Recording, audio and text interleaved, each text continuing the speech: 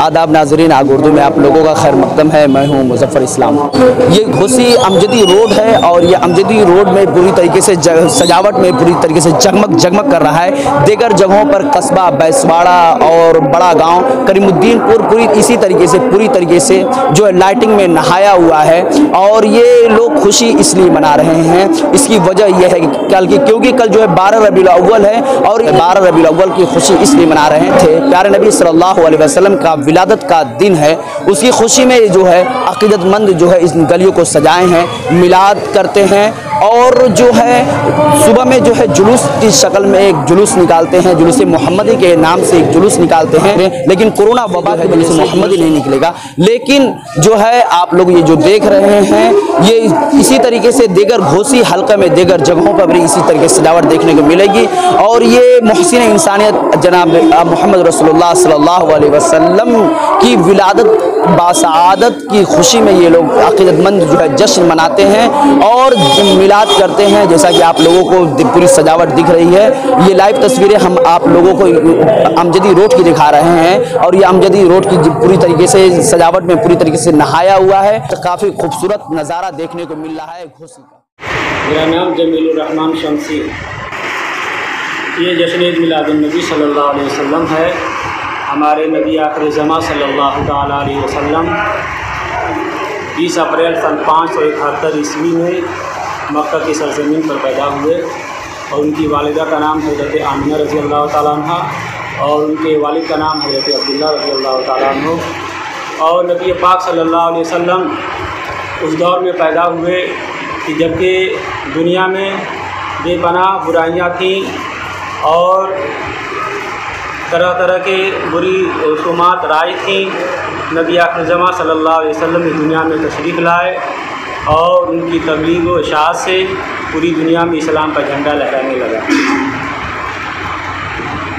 नबी पाक सल्लल्लाहु ताला अलैहि वसल्लम की विलादत से पहले हज़रत ईसा अलैहिस्सलाम के बाद इतनी बुराइयां थीं, इसमें न तो कोई रहबर था और न कोई सही रास्ता दिखलाने वाला था और उस ज़माने को ज़माने जाहिलियत कहा जाता है।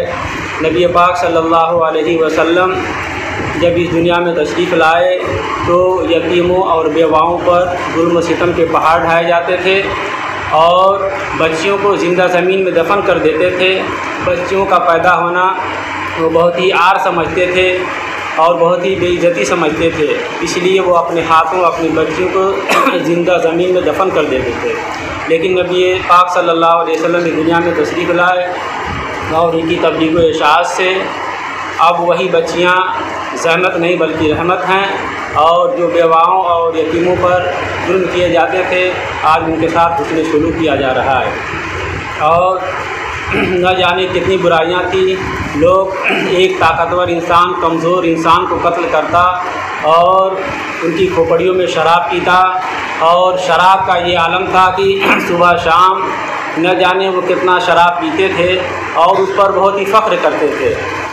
लेकिन नबी पाक सल्लल्लाहु अलैहि वसल्लम की तबलीग व इशाअत से वो बुराइयां ख़त्म हुई और इसलिए हम नबी पाक सल्लल्लाहु अलैहि वसल्लम की विलादत पर खुशी मनाते हैं कि हमें जहालत की तारीकियों से निकाल कर सही रास्ते पर लाए और पूरी दुनिया में इस्लाम का झंडा लहराने लगा। मोहम्मद इसराइल रज़वी। जैसा कि कल 12 रबीउल अव्वल है और जश्न यौम ईद मिलादुन्नबी का जो है पर्व मनाया जाएगा, क्या कुछ इसकी खुसूसियत है और इसमें कुछ रोशनी डालते हैं? इसमें बहुत सारी खुसूसियत है कि हमारे आका मौला सल्लल्लाहु अलैहि वसल्लम इस 12 रबीउल अव्वल के दिन सुबह शादी के वक्त सोमवार के दिन पैदा हुए और हुज़ूर सल्लल्लाहु अलैहि वसल्लम की आमद पे सारी दुनिया यानी सारी दुनिया में जितनी भी मखलूक़ात है सबों ने खुशियाँ मनाए। इसलिए हम हुज़ूर की वलादत में खुशियाँ मनाते हैं, उनकी याद में मिलाद करते हैं। और जैसा कि सरकारी गाइडलाइंस जो है इस पर क्या कुछ कहना चाहेंगे? सरकारी गाइडलाइन जो है हम उसी के मुताबिक अमल करते हुए अपने प्रोग्राम को आगे बढ़ाएंगे। ठीक।